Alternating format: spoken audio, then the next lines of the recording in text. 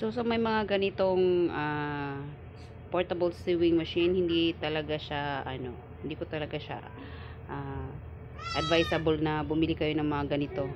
Kasi, syempre, medyo mura lang siya, no? Compared dun sa mga, branded talaga. So, nabili ko lang to sa Shopee.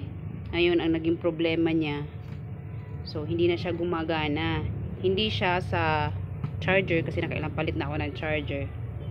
Nilagyan ko rin siya ng battery, no? Sinubukan ko yung mga ganitong battery. So, ang init, grabe. Ilang minuto lang nag-init siya dito. Sobrang init niya. Ginamit ko siya. Kasi gusto ko nga siya matry na gumana. Kasi bigla na lang siyang tumigil.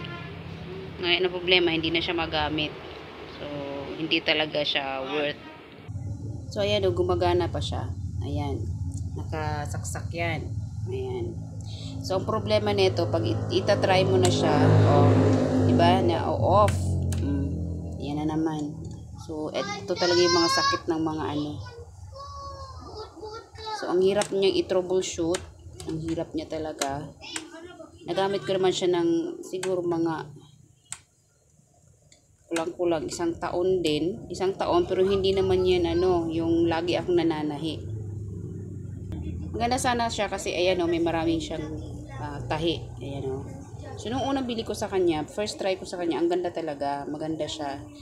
Pero pili lang yung tela na kayang gamitin. So yung mga spandex hindi niya kaya. Ang kaya lang niyang tahiin is yung mga jeans na maninipis lang.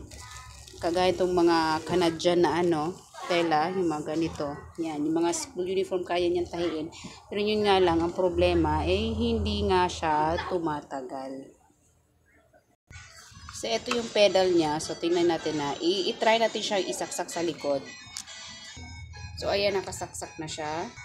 Ayan, So, wala. So, sa mga ganitong klaseng portable na nabibili lang ng mura, so, hindi rin talaga siya tatagal. Pag once siguro bumili ka ng ganito, yung pakunti-kunti lang yung tahi. Hindi siya yung klaseng pang industrial. O yung for example, marami ka ng tatahiin ng mga kumot, ganon.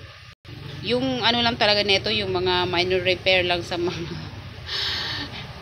yung mga piling tela lang din. So, hindi siya worth it sa binayaran. Yun lang.